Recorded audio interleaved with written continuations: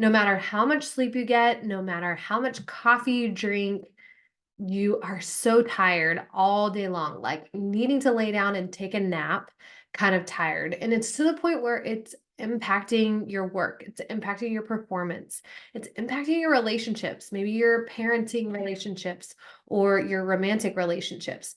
If that's you, if you're like, oh my gosh, you're describing my life, you don't want to miss this podcast episode. Today, I'm diving into the root cause, to the why of what's going on in your body, especially if you've been to the doctor and you've been told everything is normal.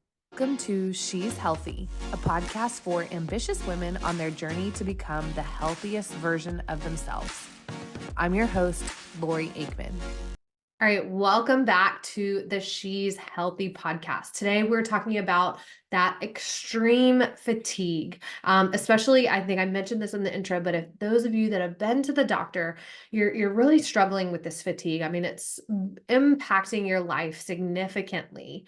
And you're doing all the things. You're like getting good night's sleep. You're getting a ton of sleep. You're taking naps, and you're still just so tired, and you've been to the doctor and they've, checked for anemia, they've checked your B12, they've checked your vitamin D levels, they've checked your thyroid, and everything is normal.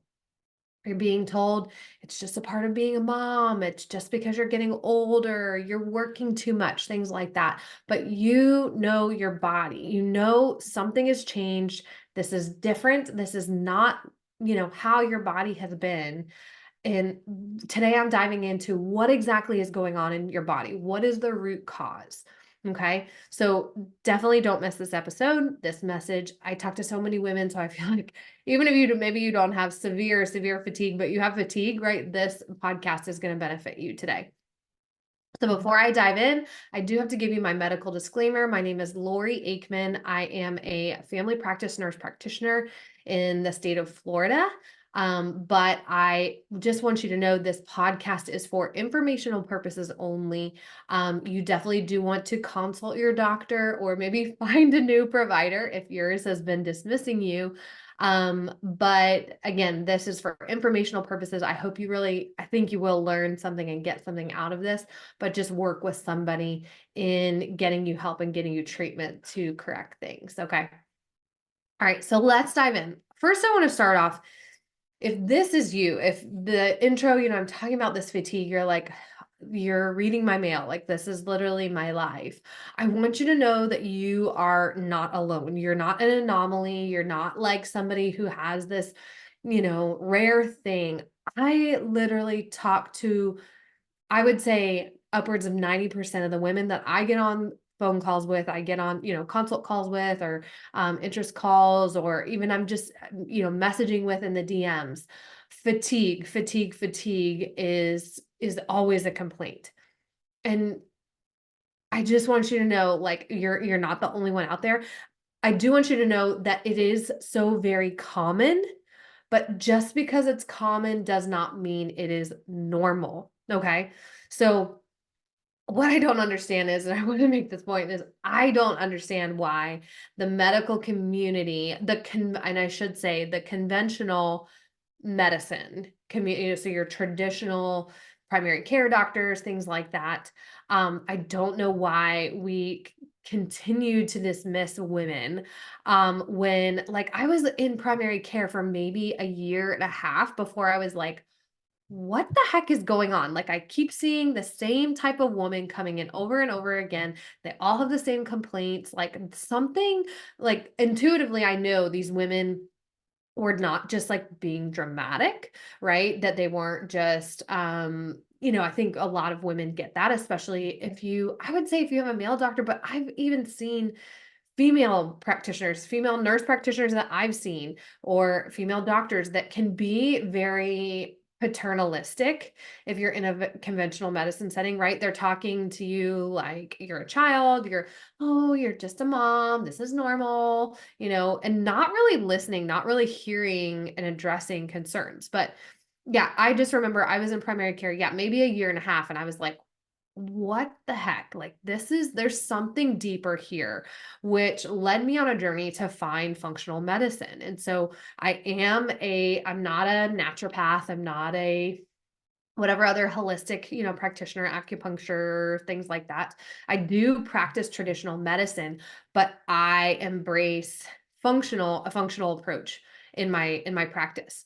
And I think that that is so key to address the women's issues and women's needs that are very real and very true. And my hope is that one day we, addressing fatigue like this becomes more commonplace and more accepted and more standardized. But for now, well, I just will keep putting out podcast episodes like this, right? So again, this is what I do day in and day out. Like, you're not alone. Literally, I would say again, the majority of the women that I talk to are struggling with fatigue like this. And so in both I have a telemedicine practice that's Florida based, that's primary care. And then I also have a health coaching practice. And in both of those settings, we're addressing this. We're addressing this need that women have. Okay, so what we have to think about from a functional medicine perspective is that kind of setting the stage, and I want you to know this is like research backed, evidence based, is that women's bodies, so if you are a biological female, you don't handle stress like men's bodies. It just is the fact. There's actually, I need to find it. There's studies out there that literally show this, that the stress, how it impacts our bodies differently than men. And I have seen this in practice too, in testing both men and women. What I find is that women are much more easily depleted, whereas men may be functioning like high functioning stress, like they can function with stress at high, and I'm going to talk about cortisol, so I'll go ahead and say it, but they can function with stress at high levels, like cortisol at high levels, whereas women, we can't handle that for as long, and our bodies will start down regulating that. And there's many, of course, this is very layered. I think some things that, one, I think there is a true physiologic difference between a male and a female body. But then if we think about just some cultural things, a lot of times women are wearing many hats.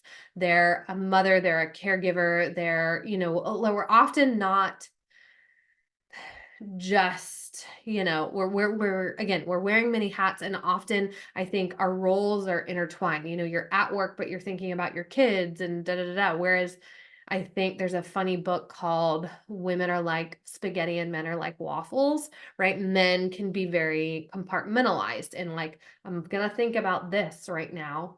My personal opinion is maybe that those psychological differences play a role in the stress that we have. But what we have to realize is that, okay, so if we're talking about stress, when we and that is a lot of the basis for fatigue, it is our bodies experience stress.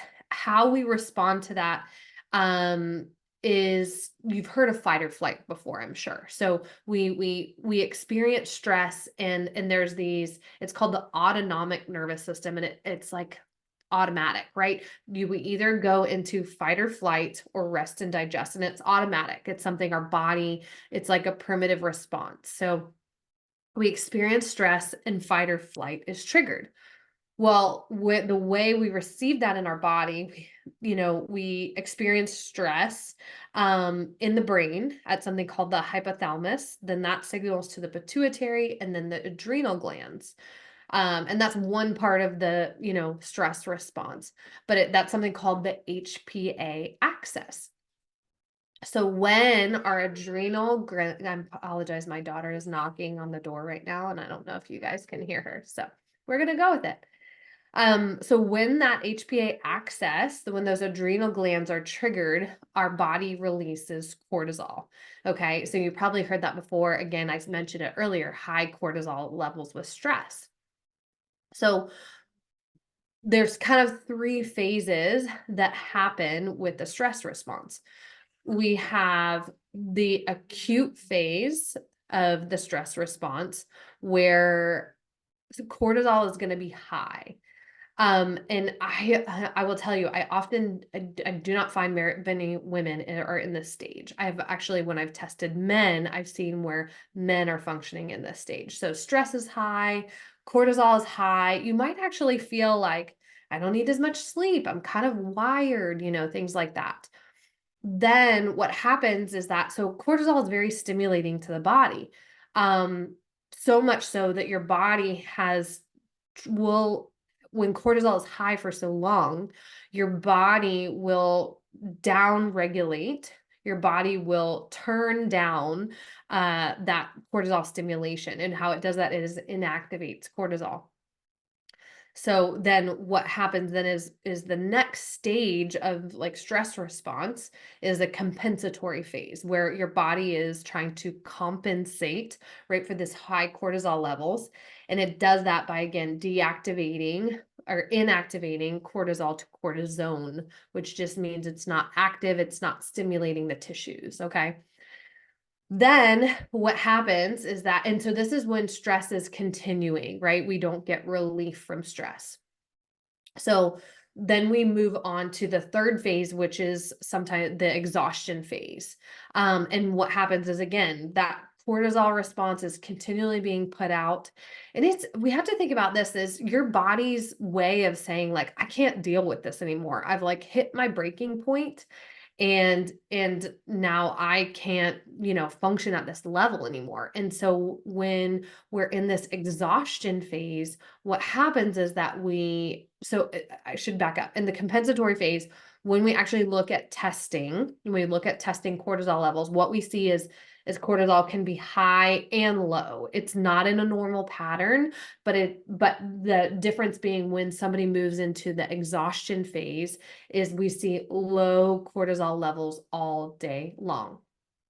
I'll tell you, the women that I've tested, and worked with now over the past going on 3 years of doing this functional testing in this way, I will say all the women fall into the compensatory or the exhaustion phase. So, and what I guess how that translates to fatigue is that cortisol, so we should have a natural amount of cortisol. We have this natural increase in cortisol in the morning, and then it slowly declines throughout the day, and it should be low at night. And cortisol, again, we feel energized when we have our cortisol level is up. So when we have this dysregulation in our cortisol, when cortisol is, in the compensatory phase, when it's low and high and not in that normal pattern, we can see a lot of fatigue. A lot of times I see afternoon fatigue, but we can see the inverse. We can see like fatigue in the morning, and then like, okay, I kind of get going later in the day, and then I can't sleep at night because I'm finally all keyed up, right? Versus that exhaustion phase where I see women are the cortisol is low all day long. Like this is like that I'm struggling to get out of bed because I'm so freaking tired. And I see women again all the time when I can talk to women on the phone and hear about their symptoms and kind of guess, like, I would guess you are in this phase. And it's interesting because sometimes women are even high functioning, even though they're in this exhaustion phase. They're like still pushing it in the gym. They're still, parenting. They're still, operating at a high level in their business or their job or their workplace, but they're not able to function at the level that they're used to. And I think when you are a high achieving, high functioning person, you can compensate, you can keep going, but then you're having other symptoms pop up. This is affecting you in other ways. So a point I want to back up and mention here is that when we talk about stress, because I've had women tell me this before, this doesn't necessarily mean like I'm gonna lose my job, I'm gonna have to close my business, my kids are, it doesn't have to be, stress doesn't have to be like you're not enjoying life, right? You can love, again, a lot of the women that I work with are high performers, maybe own a business or maybe are, in a corporate position or something like that. And they are enjoying what they do. They like what they do, but what we have to think about it is its demand on the body. right? It can be that, well, you're up at 5 a.m. every day and you hit the ground running and you don't stop till, like even though you're enjoying and you're fulfilled by the things that you're doing, if sometimes we can get to the point where it's, again, it's like the straw that broke the camel's back and it's beyond what your body can handle. Okay. And that's what I see a lot of times too is like, okay, this is new. This is a change. Or maybe it's happened gradually over time where you're like, gosh, I mean, I have a client right now. Like I used to be able to get up and go to CrossFit every morning at 5 a.m. And now I just like can't get out, I'm not out of bed but until like 6 or closer to 7. And it's like this change again where your body just can't do the things that it used to do. And so the root cause, again, if you're dealing with this extreme fatigue, is dysregulation in your cortisol. So abnormal cortisol levels and likely low cortisol levels. So I want to um so the other thing I do want to point out is this again, stressors, it can just be demand, but other stressors can be I worked in the hospital for many years, right? And I worked swing shift. So I worked nights and then I worked days and then I worked weekends and then I worked holidays, right? So when there's physical demand on your body, maybe I'm in the stage of life now where I have small children, right? I was up with my daughter last night. So when there's a physical demand on your body, I know lifestyle stress, it can also be poor diet. Um, and I find a lot of women are, trying to be healthy, but they're actually under eating. And this can be a stressor, right? You can also have inflammation and infection going on in your body. These like gut infections, dysbiosis, things like that, can also be triggering stress, right? And contributing to that HPA axis dysfunction or the dysregulation, abnormal cortisol levels. So I should dive in and say here, I hope I'm explaining this in a way that's very practical and very understandable for you. But why might your doctor, right? Not why might some of you might go to your doctor and say, so that I should back up.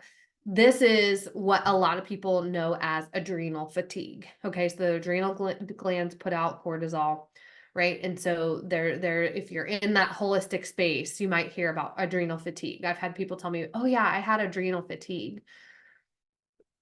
I will say this is not necessarily I didn't learn that in nurse practitioner school. I learned that doing additional functional medicine training after I finished my degree, right? And so your doctors aren't learning that in medical school. Maybe if you are working with a naturopath, your naturopath might have learned that. But if you go to the doctor and you're like, I need my cortisol tested, I have adrenal fatigue, your doctor very well may dismiss you. Okay. Um, but I will tell you, this is not just like a woo-woo diagnosis. This is not just like, oh yeah, we have some signs. I think you have adrenal fatigue. Here, you should take some supplements for the rest of your life. And that's a lot of times, I think, unfortunately, just being in this space, a lot of times I come across women and I work with women who have seen some kind of functional or holistic provider before. They've been told, oh, you have adrenal fatigue, and they just kind of get a slew of supplements thrown at them. So I particularly use a test to actually confirm that this is what's going on. So I use what's called the Dutch Plus from Precision Analytical. So shout out to them. There are other tests out there that can do this, but that's the particular test that I like to use. But what this is looking at is we can actually measure levels of cortisol throughout the day, and it's measured in the saliva. So that is the best place to measure the active level of cortisol. So if you're checking cortisol in the blood, you're not necessarily like getting accurate levels. Okay, so this is something that we can actually see, and this is something I love to go over with my patients because I can say, look, this is what's happening in your body throughout the day. This is why you feel like you have no energy because literally you're like flatlined, right? So there is a way to confirm this is what's going on in your body. And again, there are other tests out there that can diagnose this, that can, confirm that's what's going on. And again, you want salivary cortisol. You want cortisol tested in the saliva. The other thing, and again, I use this with both my patients in my telemedicine practice and then with my coaching clients in my coaching practice.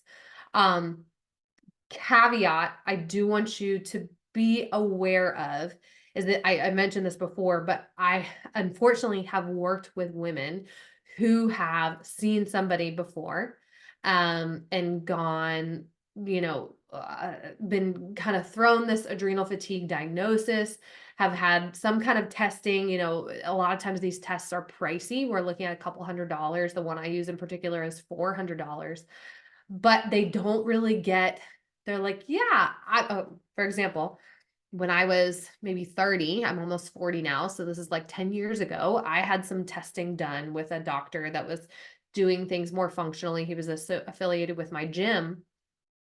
And yeah, I kind of got, well, yeah, your adrenals are kind of depleted. So yeah, that kind of sucks. I mean, that was like about the gist of what I got. There was no like concrete and clear plan of how to correct it. Okay, what do I do? How do I get my energy levels back? And and don't tell me, right, as a high functioning, high performance woman, don't tell me that I have to stop working out and I need to quit my job, right? Because those are not things that I want to do. And those are things that I'm going to do because, of that type of thing.